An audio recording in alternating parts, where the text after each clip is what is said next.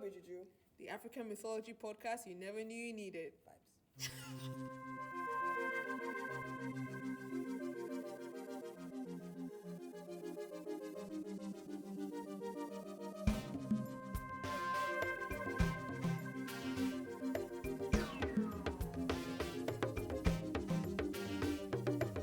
Each episode will recount tales of mind-blowing mythological figures and analyze their stories and characters, searching for parallels between the diverse African pantheons as well as popular culture on the continent and beyond. Find us on Apple Podcasts, Spotify, or wherever you listen to your podcasts. Hear the stories that reflect the way we were and who we are. Subscribe to Nobi Juju, the African mythology podcast you never knew you needed. It's all right, so please, no be sure.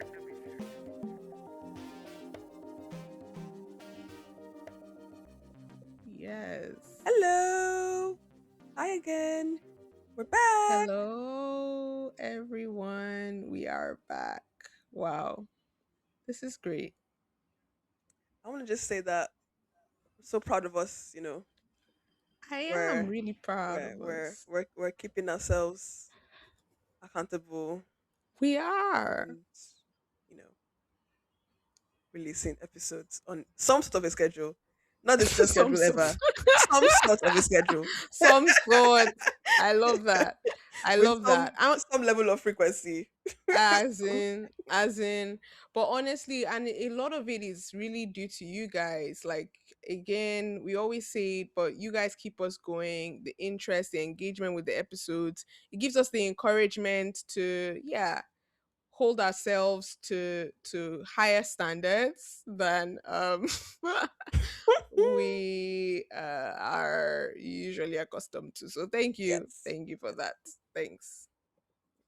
But yeah, welcome to another episode. We have something, different today for you guys. We are um branching out from We are where we branching have out, been. We've guys, just been stuck in Yoruba land for a while. for Not stuck, like obviously. It's been a great time. it's been awesome, It's but been awesome. yeah.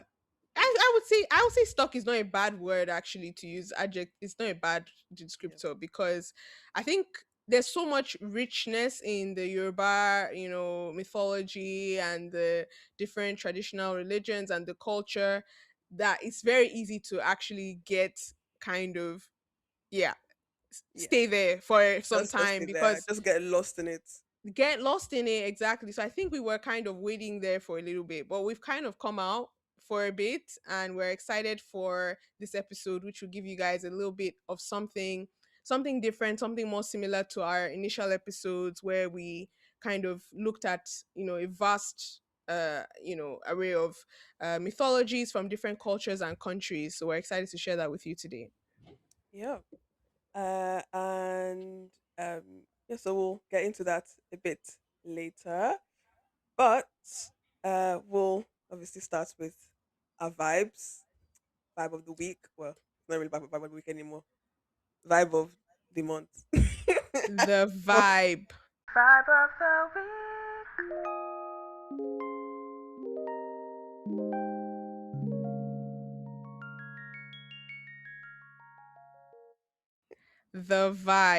The vibe of the month.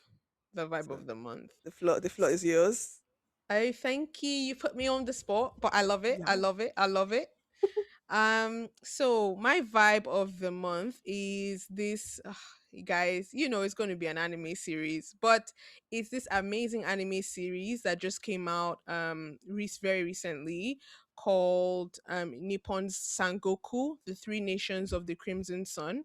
So Ooh. it's, yeah, no girl, it's so good. So it's basically like a kind of sort of post-apocalyptic Japan or post-nuclear war Japan, where Japan has now been split into three nations, and it follows a protagonist that is a part of, or that is a citizen of one of those nations, and he is part of the military, and he's an expert like strategist, and his whole thing is how can we reunify Japan? How do I use my gifts, my talents, my strategic mind to bring that to give back to our nation and like reunite the country and overcome all of the challenges that splits the country apart.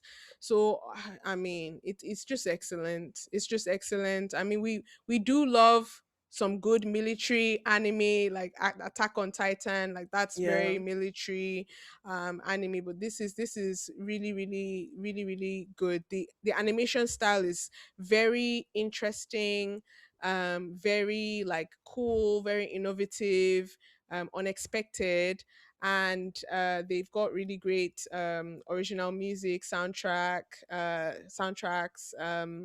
Yeah, I just say go and watch it. I don't want to give too much of it away, but it's if you are someone that enjoys animes like Attack on Titan, or just really existential type uh, um, like dramas or stories or historical dramas or sci-fi dystopian stuff, you will really enjoy it. And it's quite, I like what I like about it is like it's not overly serious as well. Mm. It has a little Okay. bit of everything, so it can be quite funny but in a very like kind of horrifying way, Oh, because obviously it's a military, so even like yeah. some of them are living, some of the nations basically like at least two of the nations are under military dictatorship, so we all know what that Wow. comes with, you know, Yeah. a lot of brutality and all of that. So yeah, it's interesting from that point of view, and yeah, I strongly recommend it. Very Okay. very Wow, that's very intriguing. high praise. Cause saying that if you like Attack on Titan, hmm, that is Yes. that is Yes. very very high praise. Yeah. So Yeah. Yeah. yeah, Because that's people really have yeah. been saying, s- sorry, I was saying, so people have been saying like it's one of the like on Reddit to say, oh, this is one of the best series they've seen like this season. I don't know what the season, how they break up the seasons for the anime releases in Japan, but I'm Mm, guessing like for the spring season, they said I've seen forums being like, oh yeah, this is one of the best releases of the spring season. So, and mm, it's critically acclaimed as well. So yeah, wow. check it out. Nippon Sangoku, the Three Nations of the Crimson Sun. Yeah, I just looked it up and I can see the animation style. Yeah, very interesting. No, Very it's very good. interesting animation I was going to style. tell you about it. I don't, I think I told you about it. I think I messaged you. Or Did you? maybe I messaged you in my head. I think I Might messaged, have. I mentally composed the text, but it never sent. Okay. All right. It never sent. Well, all I want to say is that now I know. So that's Yeah. great. Yes. Great. Yes. Yes. Yes. Yes. Yes. So what is So your vibe? so Please, I'm my vibe, curious. yeah. So this is basically like a switch. So now you Ooh. are recommending more anime and I am recommending less anime. Oh, I love that. But the show that I have been, I think now the season's over now actually, but I've been loving is called Widow's Bay. I don't know if you heard about it Ooh. before. It's on I've not Apple heard of it. TV. Um, Okay. it's okay, yeah, I'm loving this fusion era that we're doing. Like you don't think it's gonna work, but it ends up, you know, being such a good mix. So it's like a comedy horror television, Oh. like a series. And it's basically set in this sort of like island town in America. And uh, it's it it starts off with like basically the mayor of the town is the main character, and Mm-hmm. he is trying to like um, basically bring more tourism to the island, because you know there's been a lot of like it's basically like a bit of like a dead town or whatever, and you have a lot of pushback from the natives of the island, or Hmm. like the citizens of the island that are like, oh yeah, this island is cursed. So it's probably not safe to bring more tourism here, or attract people here right now because it's cursed. And then the it goes from him like in the initially being like, oh, you guys are all just superstitious and everything, and then Yes. slowly him having more and more experiences, and then Oh at the my end being like, gosh. actually, yeah, there's something sinister Something ain't going on. right. Something ain't right. Something is in the water. So it's Wow. such like a it's so funny. Like I've had so many Oh, like laugh out loud moments. moments like I while love that. watching. Like no point, when you have to pause because you're laughing so much. 'Cause you're like, Yes. yeah, so which is very strange because also like it's also scary. It's Yeah. very strange. It's very strange. And it's Wow. not like because it's not. 'Cause I think sometimes like it can then go into like sort of parody region. Sometimes like like it's like scary movie. I think so. It's not like that. So it's I would Yeah. say legitimately a horror and legitimately a comedy at the same Mm, time. Like it's mm. both are very handled very like seriously. Like they're both genres. Um. So yeah, I would really recommend it. It's very the episodes aren't too long as well, and I think 10 episodes. So yeah, it's a nice. It'll Oh, be a nice binge if you're in the mood for a weekend binge. I'd a recommend. weekend binge. Widow's Bay. Comedy horror. I mean, it looks great. It looks so cool. Widow's Bay. Oh my Yeah, god, it has amazing reviews. yeah, it has really good. Like it's been getting more and more um buzz and things as more and more people discover it. So yeah, that's actually one good thing about Apple TV. They're very good at Yeah, promoting, their shows and all that. So whereas yeah, things I find that sometimes other platforms you have to they don't I find like really. find hidden gems. Like you have to really go Yeah, looking. which is not great for the creators as well. Like, Mm, yeah, but that's really good that Apple, yeah, supports its creators enough to push out their work so that the best audiences or the audiences can find them. yeah, In yeah. the easiest way. So that's really admirable. That's good. That's pretty good. So yeah, so well, we'll see. Maybe next time I will come at anime. Who knows? I have to keep guys on your toes. Keep y'all on your toes because yeah, this is all about the vibes, guys. We never know what the vibe is gonna say The vibe is today, fluid. tomorrow, next tomorrow, 20 years from now, 20 years in the past.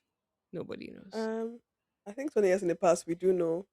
Okay. And anyway, yeah, well, Yeah, that's fine. That's fine. let's just Yeah, move forward. let's just move on. Yeah. So today we are talking about two different parts of the continent. So Hmm. I am talking about a pantheon from Zambia, and Timmy, like tell us what we're talking about. I will be talking about the Hadza people from Tanzania, and a little bit of the mythologies, the legends that are associated with, yeah, these people.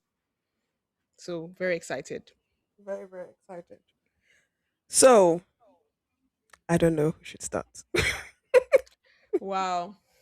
If we were in person, we could like toss a coin or something. I don't know. Okay. Pick a number in your head and then whoever says the highest number But no, starts. but then I could say 1 million or something, or kajillion or something, or infinity. Okay, pick a number. Let's have some let's have some let's have some boundaries for this. Okay, pick a number between 1 and 10. Then whoever says the highest number is going to No, start. but I could just say 10. Okay, then you're going to start. You're the one that is saying million, kajillion, 10. So I think you're ready. So kick us What off. could I don't understand. Anyway, whatever. Let us okay, so I'll get into mine. So mine is from the lovely country of Zambia. I would love to go, but fortunately, have not had the opportunity.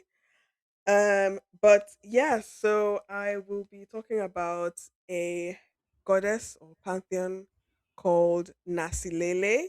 I'm so Ooh. sorry if this is why we are staying a little Yoruba corner because yeah, I Even am then, even those ones butchering. Even then, we we still don't butcher. pronounce. Even then, we still butcher. But at least there's less. And also, it's my own people I'm butchering. It's okay. That's true. That sounds That bad is out of true. context. Do not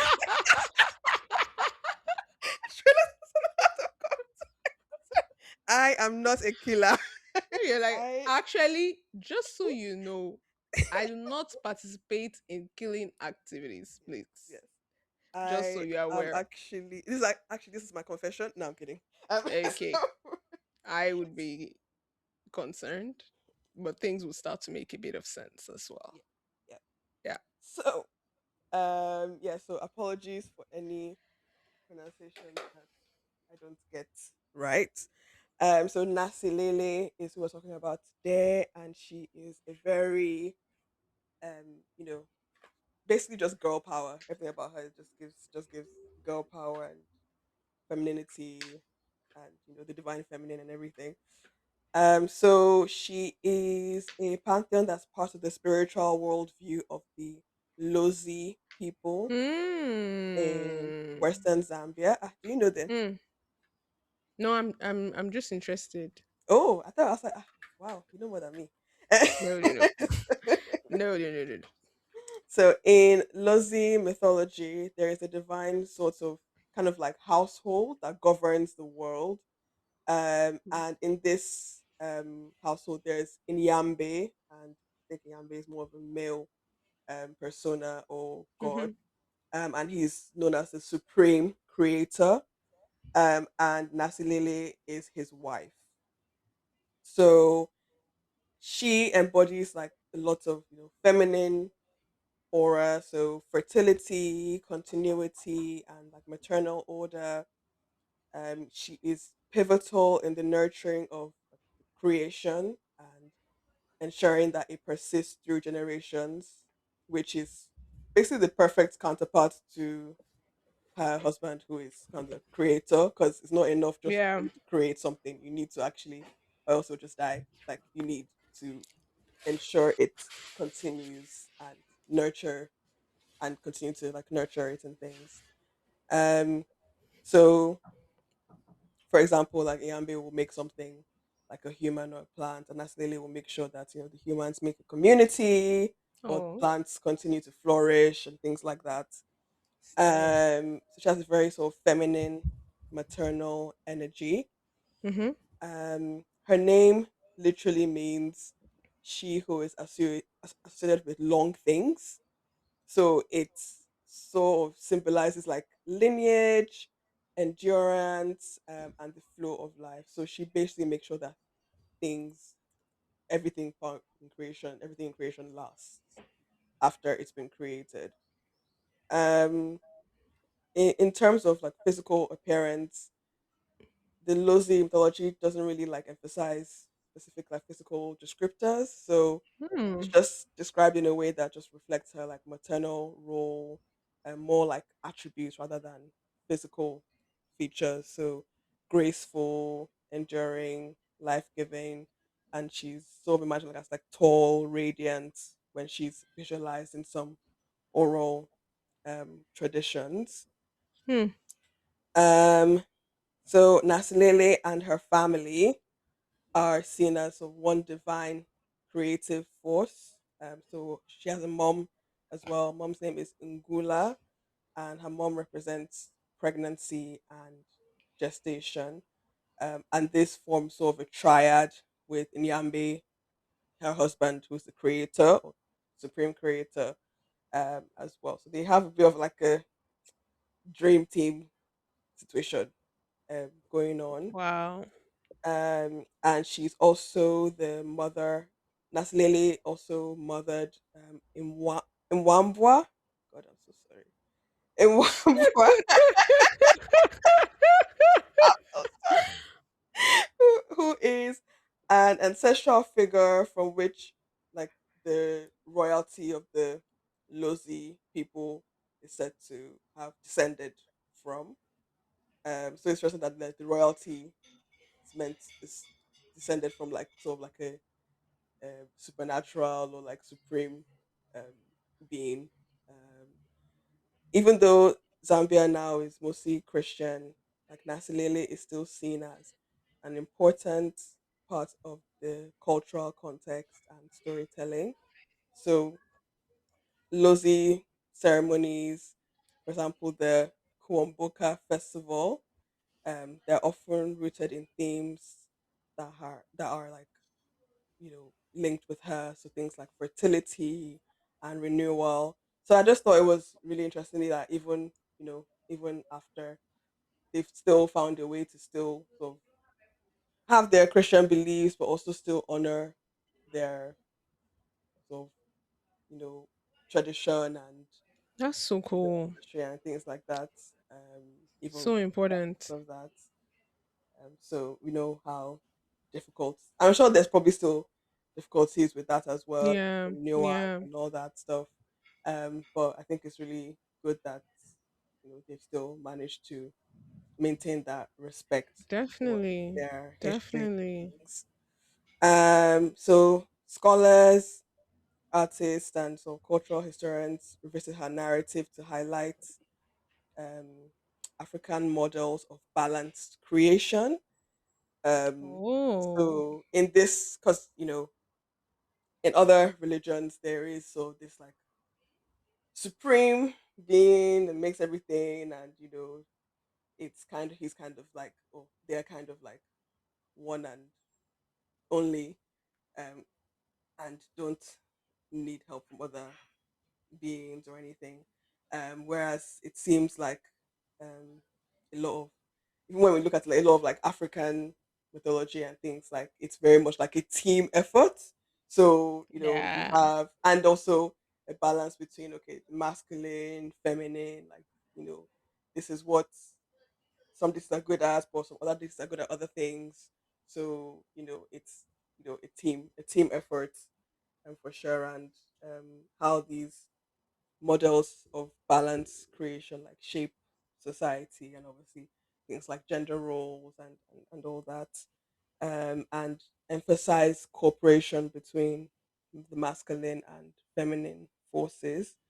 um, and I think in this way Nasilele is a good reminder that survival is not only just about like power, so not only just about like the creation aspect. Like you need it to be nurtured, it needs to be you know cared for, in order for it to Yes. actually last.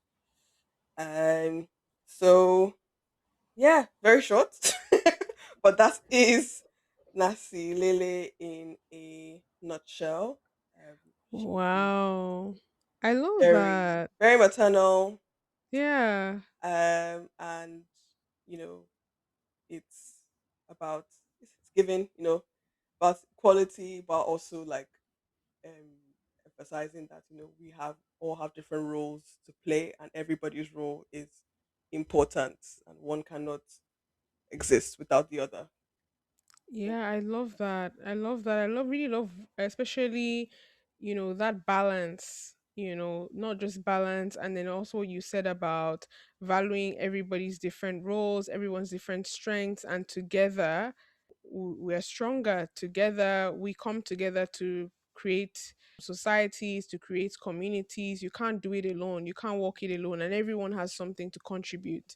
So yeah, I think that was a really, really, really nice one, and I like the approach she takes. She's got this motherly, approach, not just in terms of nurturing, but seems like she also like brings the best, tries to bring the best out of like everyone, all her subjects, which is cool. So yeah, Nasilene is a cool chick. It's a cool chick. She's a cool check. She's a cool check.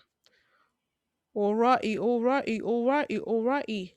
Now we're on to the second segment Yep. of today, where I'll be talking about the Hadza people of Tanzania. Woohoo! So let's get into it. The Hadza people, also called the Hadzabe in Swahili, are actually one of the most extraordinary peoples on earth. So they live in northern Tanzania, and they actually have a population of only around 1,200 to 1,300 people. And they're amongst one of the last true hunter gatherer societies on the planet. So hunter Mm. gatherers, yeah, I know. So hunter gatherer society. So I was quite curious about this. I mean, it's quite kind of explicit in the name, but basically they hunt all of their own food. So they don't farm necessarily. They don't like go to the supermarket to buy their food. They hunt their food, and then they that's how they kind of find resources, almost like kind of like a nomadic way of Mm. living.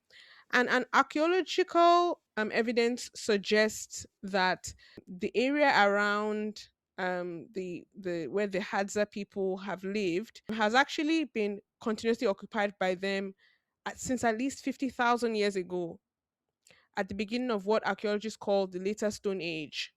So they're actually originally inhabitants of their land, and they've been doing essentially the same thing, the hunting, the gathering, for longer than many civilizations have even existed. Wow. When you look at the science as well, the genetics of the Hadza, apparently they don't have any known close genetic relatives, and their language is a complete, isolate on language. So it's not very closely related to any other language on earth, even though it has similar consonants to the languages of like the Caucasian peoples of Southern Africa. And then they have some close, DNA linguistic analysis shows that the two groups are not so closely related, even though they have those, phonetic similarities. Mm. So yeah, they are kind of, very unique as a people. Their language, Hadzane, it's an entirely oral language, so they don't write it, and Mm. it lives in the mouths and the memories of its speakers. It's a vulnerable language, and many of the children in the community learn it. Obviously, when you think about that, you think you're worried about, extinction, like, oh, if there's only 1,000, around 1,000 people in this that are Hadza, um, surely they may be that language might be a risk of extinction. But interestingly, it's not actually. And actually, fluency in the language is the single most important marker that you are Hadza if you speak the language. Mm. But actually, the Hadza people also speak Swahili, many of them, which is Tanzania's national language, probably as a practical tool for interacting with other people. But obviously their language remains the heartbeat of the community. And then when you think about obviously this podcast, we are keen to explore African myths, legends, but also cultures. The Hadza people, they have their own unique kind of mythology. So they've got like an oral history that maps out the entire arc of human existence through four distinct like sections. So this is like their creation story. Mm. So the first section says that basically in the beginning their world was inhabited by hairy giants called the Akakanibi, meaning the first ones or the ancient ones who had Mm. no tools or fire. They hunted by running animals down until they collapsed and ate the meat raw. They didn't build Oh. shelters. Yeah, yeah.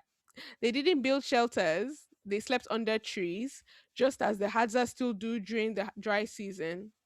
And in older versions of this story, fire wasn't possible yet because the earth was in a primeval, unfinished state. So this is their like the first part of their creation story. Mm. Then in the second part, the hairy giant gave way to the Nibi, also huge but hairless, not hairy like the other ones. Fire had arrived, meat could be cooked, but animals had grown weary of humans and had to be hunted with dogs. So in Oh, this time, this is when medicine and protective charms kind of first emerged, and these beings lived in caves. Then the third part of their story, evolution story, is kind of referring to a different stage of, you know, Hadza people. So these are the Hama Kwanibi. They are people of recent days who invented the bow and arrow. They built huts. They cooked with containers.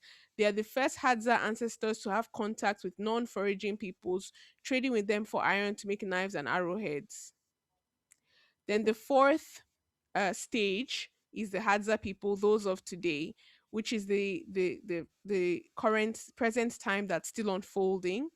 Um, and yeah, to them, this is more than mythology. It's kind of like their worldview, and it's a way of understanding how change has occurred across time, not necessarily told through like history books, but through their rich oral histories.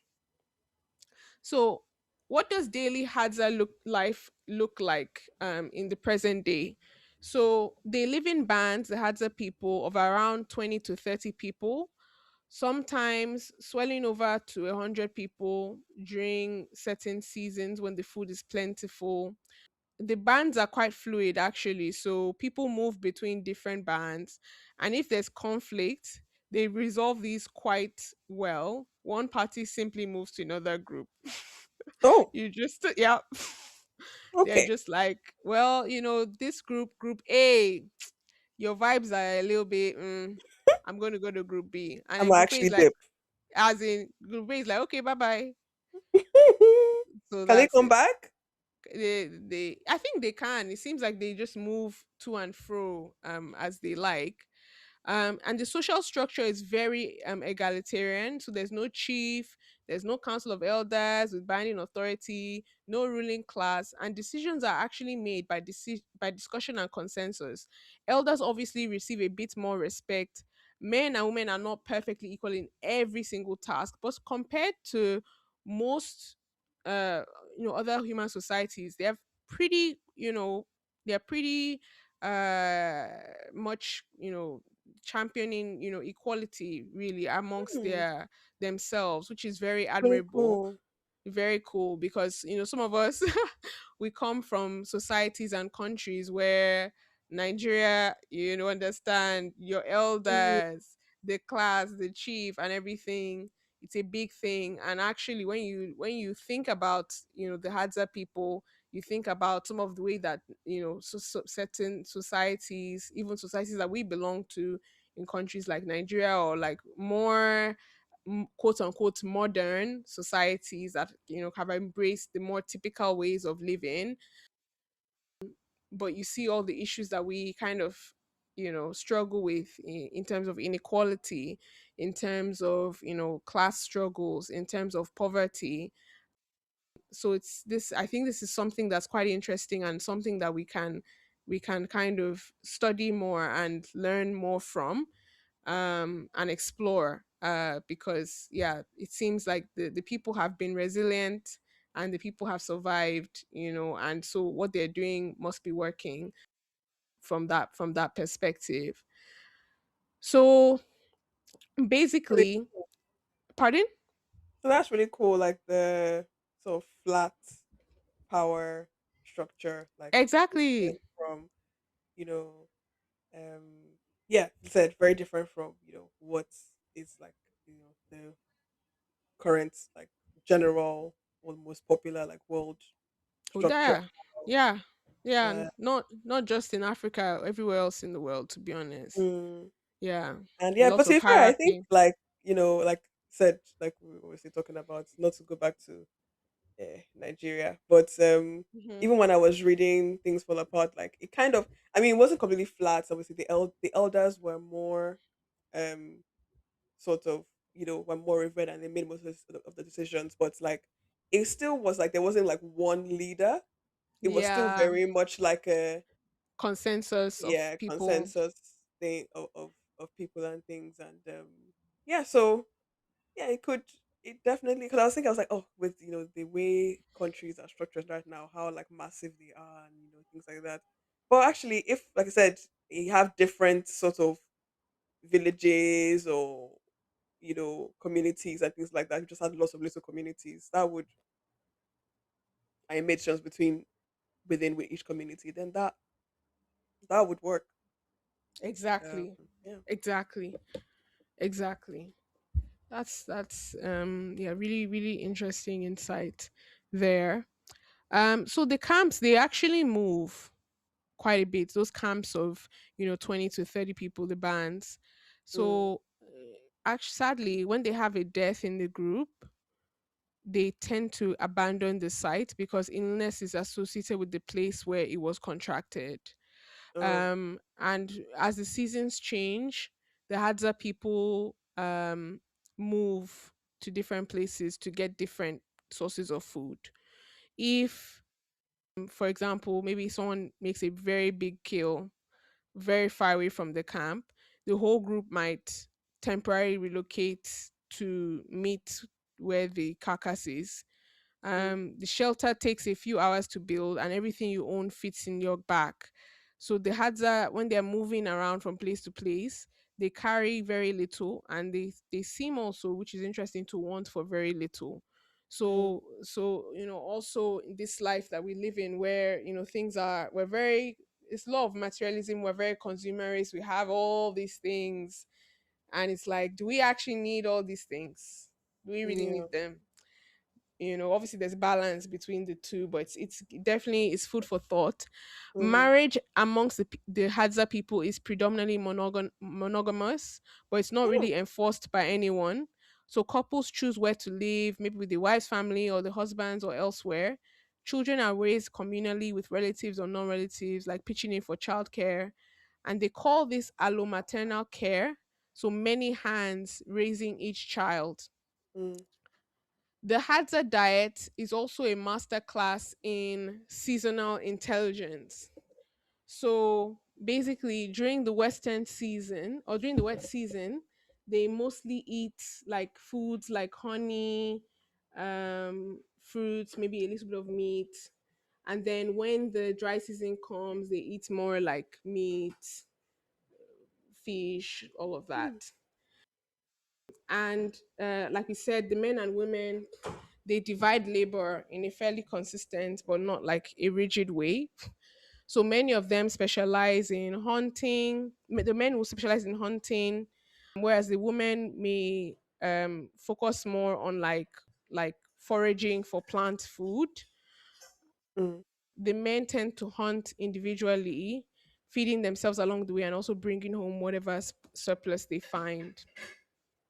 And so, looking at the Hadza, obviously the way of life is very fascinating. So they've attracted a lot of scientific interest over the years because their lifestyles offer a living window into the conditions under which the human body has evolved. mm, um I think there's quite a bit of research they did. So I think in Duke University in the US, a professor and his research team, they measured energy expenditure in the Hadza hunters and gatherers, and then compared it to people who were sedentary in industrialized nations.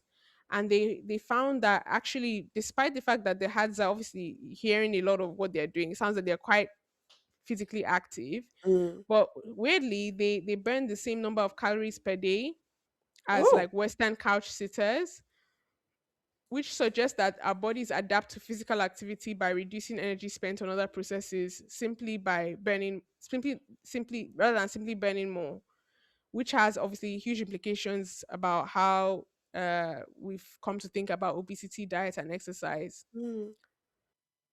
And then they've also studied, I don't know how they're doing all these studies on them, because if they're living if they're living in their own, if they're living in their own kind of remote As community, in, sorry, did why they why are you also like they're probably like, why is Paul disturbing us? Like we just want to yeah, just live our lives. We want to just, we're just out here moving between different pods. Like, please, like, yes. please, just leave us What alone. somehow, some people got to study their microbiome, their gut microbiome. I don't understand how they got there, but they found that the gut microbiome was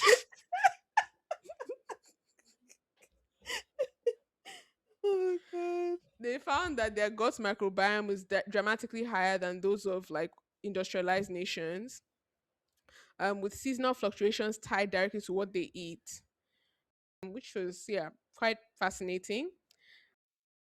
And obviously, if the people are coming to so fascinated, scientists are fascinated by them.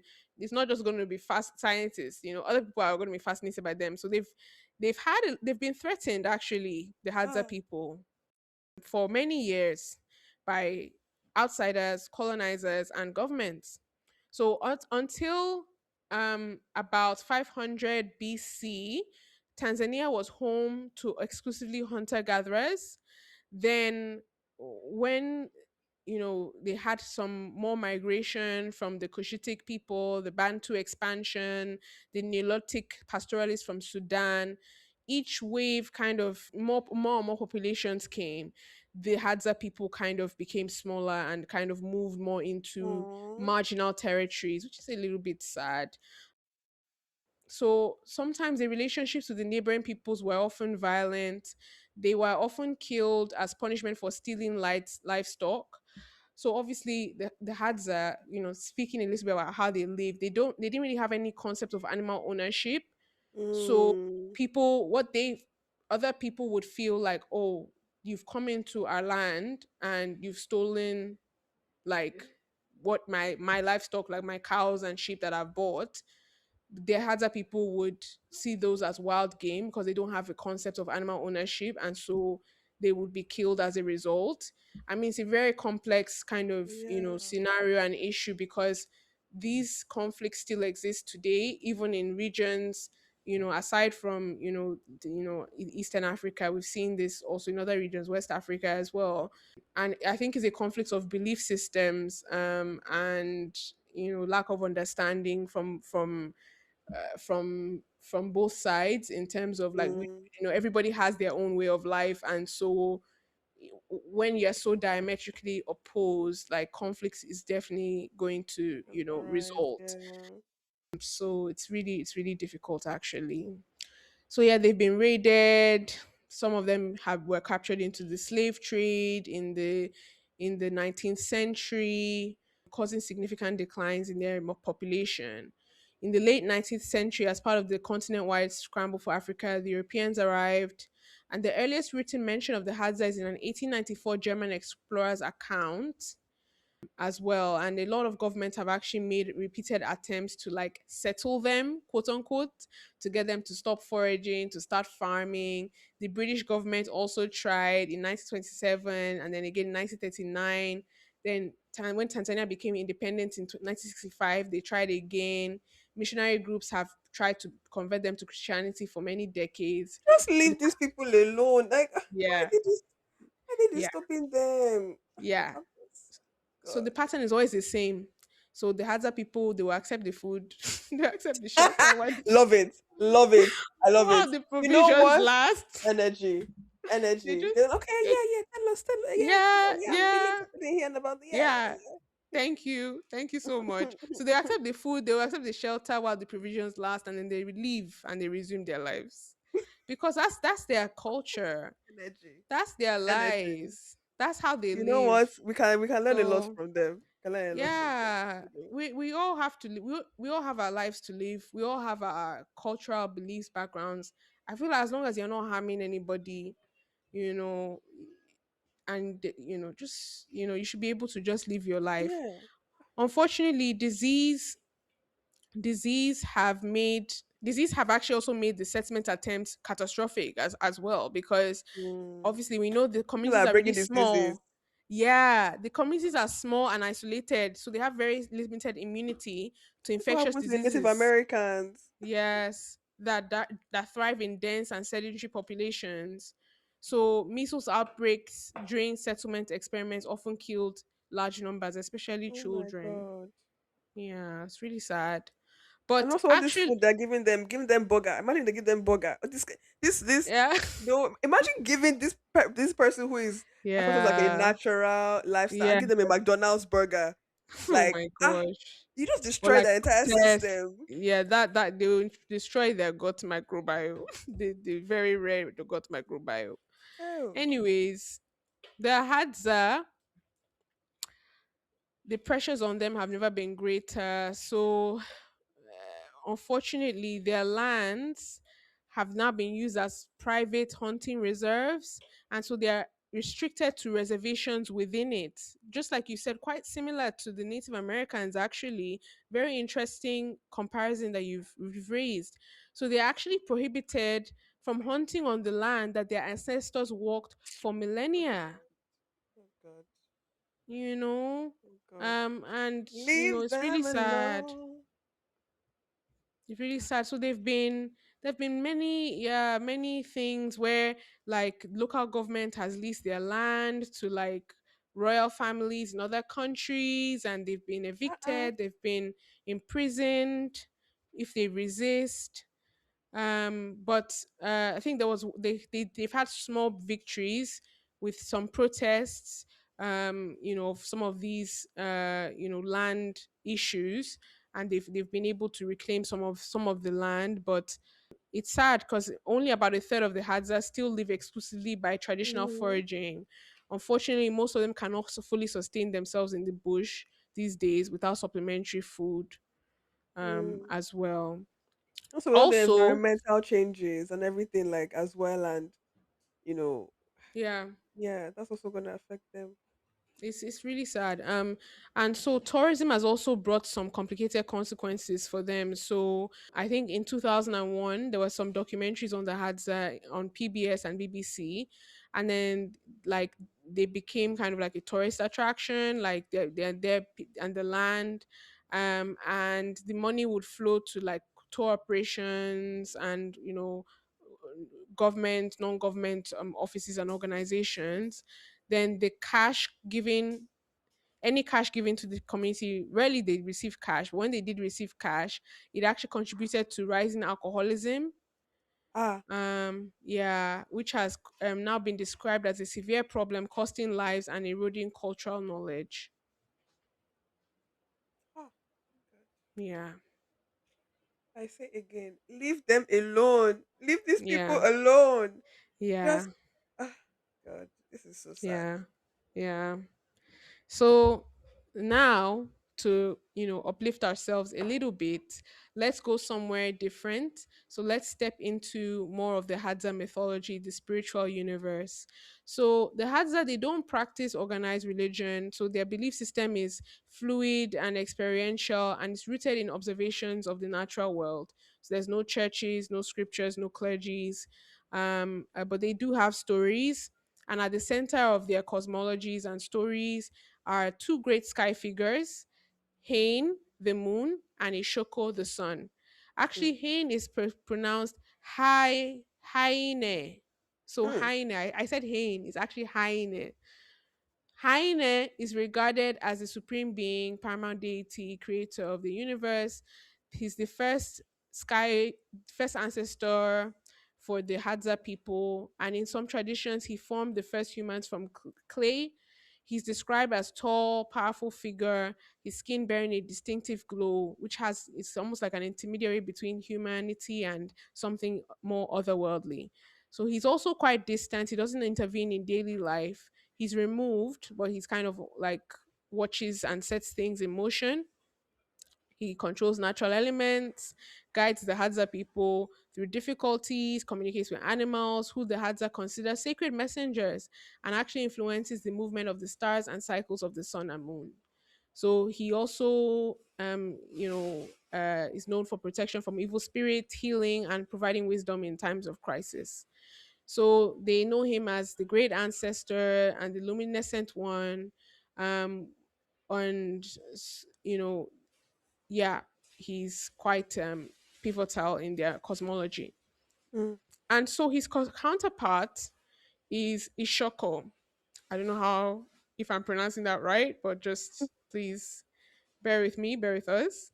So this is the sun. She is the sun, a life-giving force and shaping intelligence behind, you know, the way the Hadza live, as she is also not depicted in human form. She's the sun itself. She's not a figure, she's just an experience.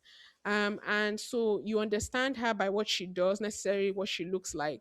So she's the light that reveals the land and the heat that structures the day, a constant rhythm that defines time. So she's said to have shaped the rolling the sky and the earth like sheets and placing them into their current positions. She helped determine what humans could eat, where they could live, and how they survive. And actually, the introduction of fire was attributed to her, which is one of the most consequential gifts in human history. She's also, to the Hadza people, the belief that she created animals and humans, but some of her creators turned dangerous. Yeah, there's some stories about, how, that evolved. So she is actually in daily Hadza life. They invoke her before and during their hunts. They if the her warmth is seen as like an ongoing blessing.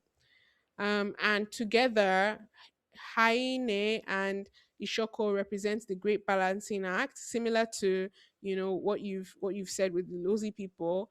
The great balancing act of Hadza cosmology: sun and moon, day and night, activity and rest, creation and correction, male and female. They're not rivals; they are partners, and Mm. that keeps the world in balance. They also have other like deities. They have a trickster god called Kajubi, who takes the form of a bird and is responsible for both positive and negative events. He's a playful chaos agent in a universe otherwise organized by Haine and Ishoko. There's also earth deities who inhabit the land itself and must be respected and honored. Um, yeah, which is cool. Hmm. And then they also have a concept called Isoka, which is roughly translated as luck of fortune. It's not fixed and it rises and falls based on your behavior, your choices, your adherence to the community's spoken rules. A hunter that treats the land with respect has good Ushoka. Another one who doesn't may find the animals vanishing before him. So this is not necessarily, it's more of like accountability dressed in language of spirit. And yeah. So, what can the world learn from the Hadza people? Um, what does their way of life tell us about ourselves? So, this egalitarianism shows us that, hierarchies and class systems and status obsession, they're not necessarily inevitable features of human nature. They are choices, and they are the accumulated results of choices that we as humans have made over generations.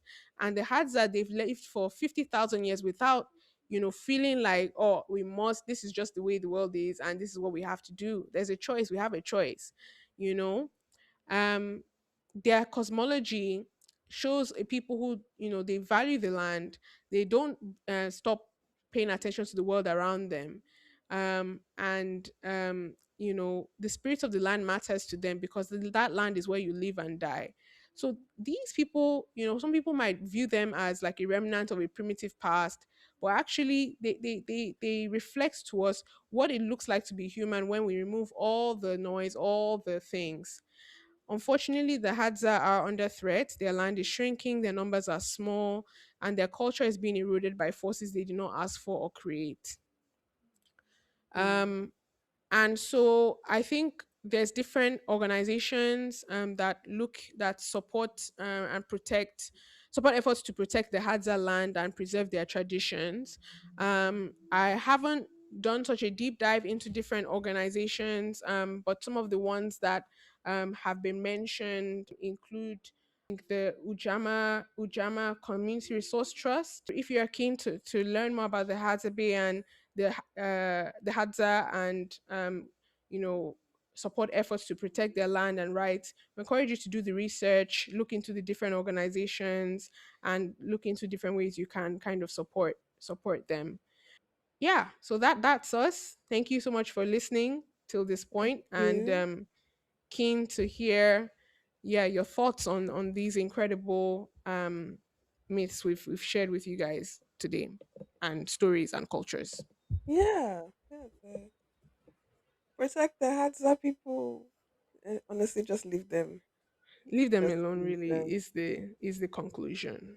Yeah, it's okay. Not everybody, like I said, it's a choice.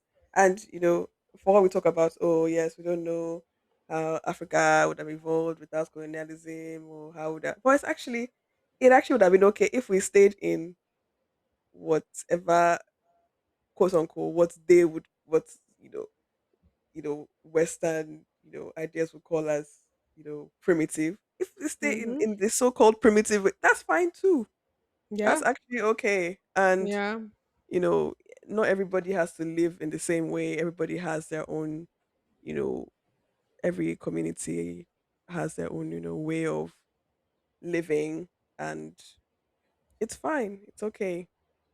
You don't have to, not everybody has to, you know, fit to a certain Box. stereotype or box or Yeah. things like that. Exactly. Exactly. Well, yeah, oh, that's sad about them, being seen as, stealing, whereas like in their community, Yeah. they don't really have that concept doesn't really exist. It seems like Yeah. it's just okay, this is the land, this is what the land has given us, and we're gonna just use it. And the concept of, oh, this is mine, or this is, yeah, they don't seem to have that concept. So for them to, oh, it's just, yeah, that's quite sad actually. Yeah. But yeah, it's really, really cool. Well, it's their studies, God's microbiome, energy consumption. As in, I don't even know, like, how did they approach the consent process for that? Exactly. Exactly. The I just, ethics of that. I don't know, man. Yeah. Well, How are they able to fully understand what they were? Yeah. signing up to Different to languages, do like they did. yeah. I'm not sure because if they clearly don't, they may have their own education systems within their community, so they would may not be like, yeah. So I don't know how was that research done. Yeah. How are they able to translate the full implications of, you know, that research that was done? Ah, yeah. It's all brings a lot of questions, Questions. ethical Yeah. questions, Yeah. and you know, yeah. I just don't know why people feel threatened by people living differently from them. Yeah. I just Yeah. why are you guys so different? Why are you guys so different? It's like, okay, Come we're join just us. different. Be like us. And they're Yeah, like, thank you, but no thank you. I'm but okay. no. Well, okay.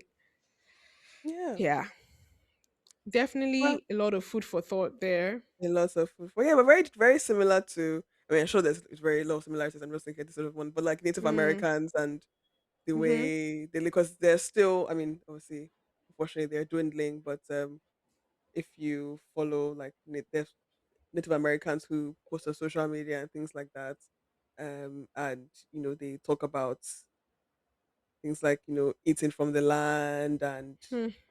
not wasting any part of the animal, and Mm. respecting animals, and things like that. They don't just like mass consume. They are very conscious of the seasons, and respecting nature and things like that. And that's why you know their land continues to thrive, and they're able to still find resources and things. But obviously, if other people are interfering, then that might change, and it's already changed anyway. So, Definitely. well, here we are. We are here. We are actually here. So we're at that time of the episode where we've got a little proverb for you. African proverb of the day. I was like, African proverb of the day.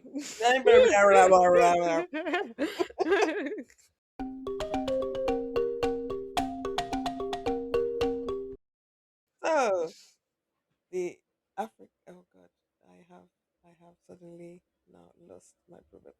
I have Okay, great. it has been found. So Success. mine is a Zambian and comes from the Bemba people of Zambia and DRC. Hmm. And the proverb is one will always return to an axe or hoe handle that the woman shows them. Oh, I like that. I like that. So that shows that honors the contributions of mothers, like it's our mothers that have nurtured us and taught us and showed us the way to go. And even when we have these traditional, maybe more masculine skills or tasks, like okay, using certain tools and things like that, even the ability to do those things, it actually originates from our mothers. And my interpretation of that is just valuing the contributions of, yeah, women, mothers, everyone, because yeah, they make us into the people that we are today. And it's a collaborative effort. Just as we've seen Exactly. today, this is the, what do you call this, the collaboration episode. Everybody, it's all hands on deck. We're all in this together, guys. All in this together. Okay, sorry. Yeah. Okay, probably end the Okay. episode now. This is probably enough. Guys. Yep. Yep. So you guys know what to do. Like, follow, share, subscribe. Subscribe to our Substack. We also have like interesting things for you guys there in terms of like cool little known mythology facts and stuff like that. Follow us on Instagram. You know what to do. Leave us a comment if you enjoyed the episode. If you have any thoughts or any recommendations or any Yeah. suggestions or any information that you feel would be valuable for the audience to know, that you think we could have gone a bit deeper on, feel free to share, and we'll see you next time. Have a great week, month, year, whenever you're Life. listening to this. Life. Exactly. Exactly. And thank you so much for listening. Thank you guys. Bye.